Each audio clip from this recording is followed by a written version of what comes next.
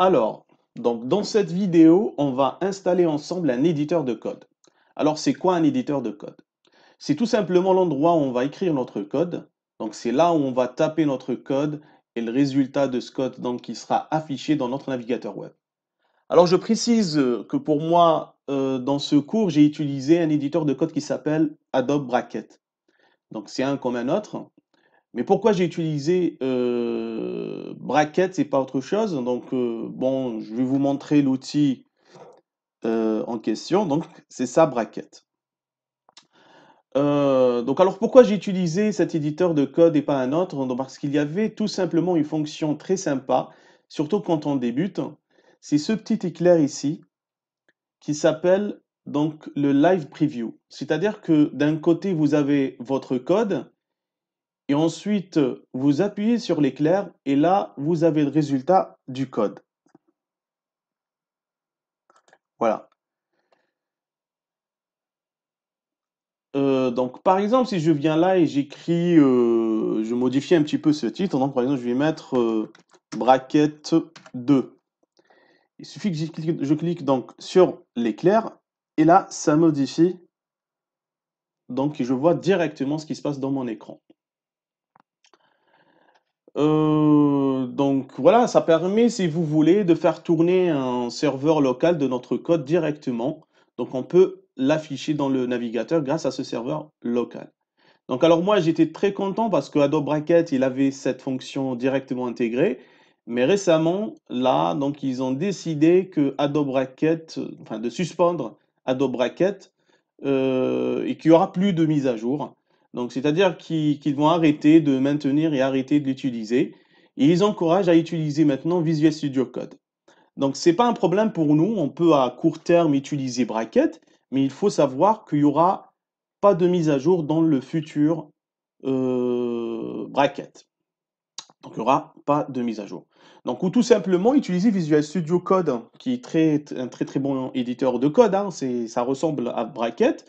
Donc, moi, sur Windows, je l'installe facilement, mais vous aussi, pour ceux qui sont sur Mac, vous pouvez le télécharger, que ce soit Bracket ou Visual Studio Code. Donc, je rappelle que le rôle de l'éditeur de code, c'est tout simplement de nous donner cette plateforme pour écrire le code. Donc, le code HTML, CSS, JavaScript ou autre. Hein. Donc, il va nous servir justement par la suite d'afficher nos pages web, comme vous voyez ici, donc avec Bracket. Donc, voilà. Et à quoi ressemble donc l'autre outil donc, qui s'appelle voilà, donc je réduis cette fenêtre. Donc ça, c'est le Visual Studio Code. Donc grâce à l'éditeur, donc on peut écrire notre code et à côté afficher le résultat. Pour installer donc Bracket ou Visual Studio Code, vous pouvez aller sur les sites officiels de ces deux éditeurs et installer la version qui soit compatible avec votre ordinateur. Donc, si vous êtes sur Mac, vous installez la version Mac. Si vous êtes par exemple, si je suis sur Bracket, ok, j'accepte. C'est quoi le problème? Donc voilà, Bracket. Donc, il suffit d'aller sur le site officiel et là, vous pouvez télécharger directement la version. Si vous installez une version sur Mac, il suffit d'aller donc autre téléchargement. Et voilà, donc pour Mac, elle est là et pour Windows. Pareil pour Visual Studio Code. Il suffit d'aller sur le site officiel et télécharger la bonne version à partir du site. Voilà, donc vous avez pour macOS, pour Windows 64.8, Linux. Donc Linux, c'est un autre système d'exploitation. Par contre, le petit éclair qu'on a ici, qui est intégré automatiquement avec Bracket, ce n'est pas le cas pour Visual Studio Code. Donc il faut installer une extension. Il suffit d'aller donc dans Extension et cette extension s'appelle Live Server. Donc pour moi, elle est déjà installée. Mais dès que vous cherchez Live Server ici, elle est là, c'est le premier choix. Donc il suffit de install. Donc vous allez avoir ici installer l'extension. Pour moi, c'est déjà installé, donc la voilà. Donc si je reviens sur mon code, donc là vous avez un petit code HTML que j'ai réalisé, c'est un CV en fait.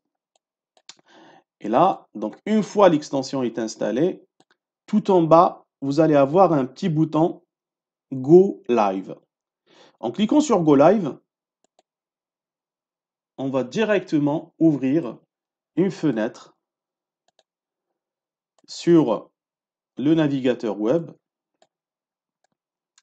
qui montre le résultat de mon code. Donc moi, là, je travaille toujours de cette manière-là. Donc j'ouvre d'un côté le navigateur et d'un autre côté donc mon éditeur de code. Et je l'ai mis côte à côte. Comme ça, dès que je fais des mises à jour, par exemple, CV de Ismail Badaj, donc si je rajoute ici, je modifie, voilà, list insp, donc vous allez voir, il suffit d'enregistrer par contre, hein, il faut enregistrer. Donc soit vous faites CTRL S, et ensuite, on va voir le résultat directement sur le navigateur.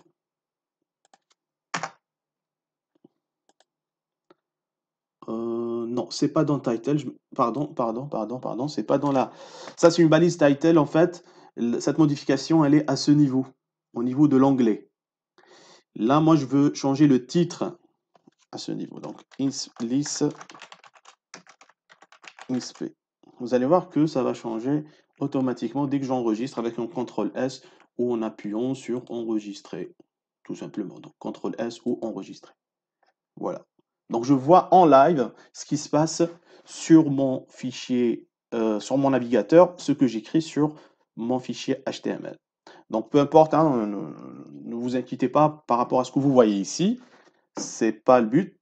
Donc, ça, c'était juste pour vous montrer un petit peu à quoi ressemble un éditeur de code.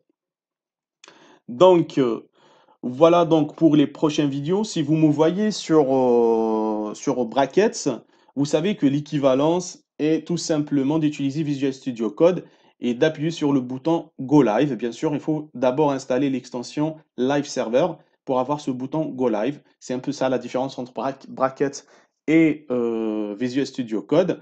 C'est qu'avec Brackets, c'est intégré automatiquement, mais malheureusement, cette version ne sera plus à jour. Cette version de Brackets, elle a été arrêtée. Donc la dernière version, c'est version 2020, 2021.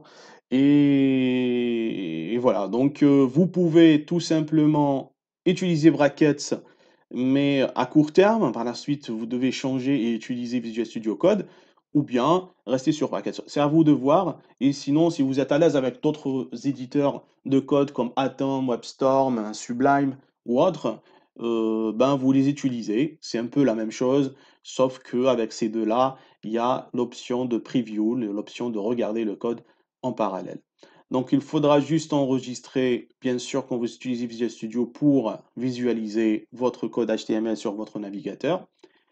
Et voilà, donc c'est tout pour cette vidéo et à bientôt pour la suite de ce cours.